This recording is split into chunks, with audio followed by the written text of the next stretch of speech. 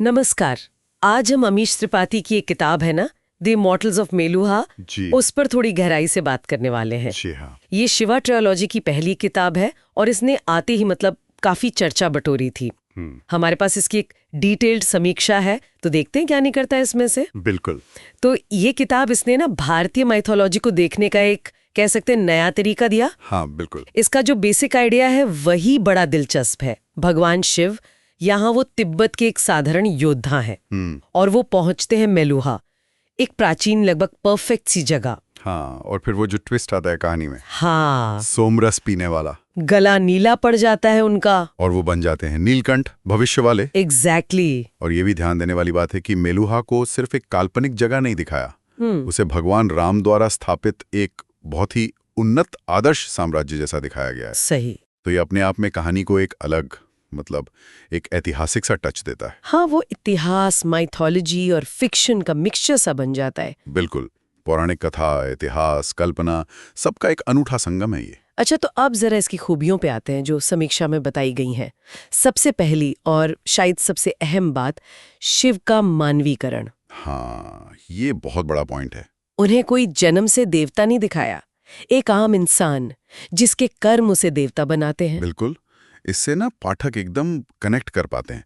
लगता है कि ये हमारी तरह ही हैं, जिनमें क्षमता है महान बनने की। सही कहा। और शायद ये कनेक्शन इसलिए भी बनता है क्योंकि भाषा बहुत सरल रखी गई है। हाँ, भाषा तो है बहुत आधुनिक। समीक्षा यही कहती है कि इसने खासकर युवाओं को बहुत अट्रैक्ट किया, जिनके लिए शायद वो पुरानी भारी पौराणिक भाषा थोड़ी मुश्किल हो सकती है। सही बात है, एक्सेसिबल बना दिया इसे। बिल्कुल। भाषा के अलावा कहानी की बुनावट भी काफी पकड़ने वाली है। हाँ, वो तो है। इसमें मिस्ट्री है, एडवेंचर है, लड़ाइयाँ हैं और शिव की अपनी एक जर्नी है अंदर की। हाँ, वो इंटरनल स्ट्रगल। कई बार तो पढ़ते हुए लगता है कि कोई पॉलिटिकल थ्रिलर चल रहा है। हाँ, एक तरह से है भी। और सिर्फ एक्शन एडवेंचर नहीं, इसमें फिलॉसफी भी है। हाँ, वो वाला पॉइंट भी इंटरेस्टिंग है। वो विचार कि कोई पूरी तरह बुरा या अच्छा नहीं होता, बस नजरिए का फर्क है। ये जो डुअलिज्म है ना, उसको चैलेंज करता है। सही। ये थोड़ा सोचने पे मजबूर करता है। हाँ, और एक और चीज, वो सोमरस जैसी बातों के पीछे एक साइंटिफिक या लॉजिकल वजह देने की कोशिश। हाँ, जैसे मिथक में विज्ञान ढूंढना। बिल्कुल, वो भी एक अलग अपील देता है। अगर किरदारों की बात करें तो शिव तो है ही वो नायक जो बनना नहीं चाहता शुरुआत में। हाँ, रिलेक्टेंट हीरो। फिर सती हैं, एक मजबूत योद्धा राजकुमारी, उनके अपने राज हैं। जी। और नंदी, वफादार साथी, और कहानी में थोड़ी ह्यूमर भी लाते हैं। कुछ नए हैं। अच्छा, जैसे कि? जैसे यही भाषा की सरलता, जहाँ ये एक प्लस पॉइंट है, वहीं कुछ क्रिटिक्स को लगता है कि डायलॉग्स कभी-कभी जरूरत से ज्यादा मॉडर्न लगते हैं। अच्छा, मतलब उस प्राचीन सेटिंग से शायद मेल नहीं खाते। हाँ, कुछ ऐसा। और कुछ सहायक किरदारों में शायद और गहराई हो सकती थी। वो थोड़े मतलब वन डायमेंशनल से लगते हैं कहीं कहीं। हाँ, ये मैंने भी महसूस किया। और एक चीज और, कभी-कभी ऐसा लगता है कि कहानी थोड़ी रुक सी जाती है। रुक जाती है मतलब? जब मेलुहा के समाज, उनकी रीति रिवाजों के बारे में बहुत ज्यादा डिटेल में बताया जाता है। जानकारी देने के लिए? हाँ, इंफॉर्मेशन डंप जैसा। हाँ, कुछ वैसा। शायद वो दुनिया बनाने के लिए जरूरी था, पर उससे कहानी का जो फ्लो है वो थोड़ा टूटता सा लगता है। हो सकता है ये शायद वही एक्सेसिबिलिटी बनाए रखने का नतीजा हो, ज्यादा कॉम्प्लिकेट नहीं करना चाहते हो। मुमकिन है, लेकिन इन छोटी मोटी कमियों के बावजूद इसका जो इम्पैक्ट रहा है वो तो मानना पड़ेगा। जबरदस्त रहा है। हाँ, वो तो है। ये किताब आते ही बेस्टसेलर बन गई थी, लाखों में बिकी, और इसने भारत में जो माइथोलॉजिकल फिक्शन जॉनर है ना, उसको जैसे दोबारा जिंदा कर दिया। बिल्कुल, एक पूरी वेव शुरू हुई इसके बाद। सही कहा।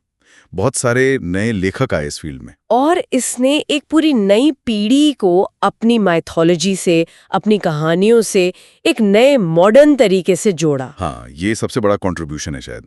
तो कुल मिला के देखें तो द इमॉर्टल्स ऑफ मेलुहा भारतीय पौराणिक कथाओं पर एक फ्रेश टेक है, काफी हिम्मत वाला और कल्पनाशील। जी हाँ, ये कई चीजों का मिक्सचर है। पढ़ने में आसान है, पर सोचने पर भी मजबूर करती है। हाँ, ये उन लोगों के लिए एक अच्छा एंट्री पॉइंट है जो शायद पहले माइथोलॉजी से उतना नहीं जुड़ पाए हों। बिल्कुल। और अंत में एक विचार छोड़ जाते हैं श्रोताओं के लिए। ये जो समीक्षा कहती है ना कि शिव जन्म से नहीं, कर्म से देवत्व पाते हैं। हाँ, ये जो आधुनिक व्याख्या है, ये लोगों के मन में जो पारंपरिक देवताओं की छवि है उसे कैसे बदल सकती है?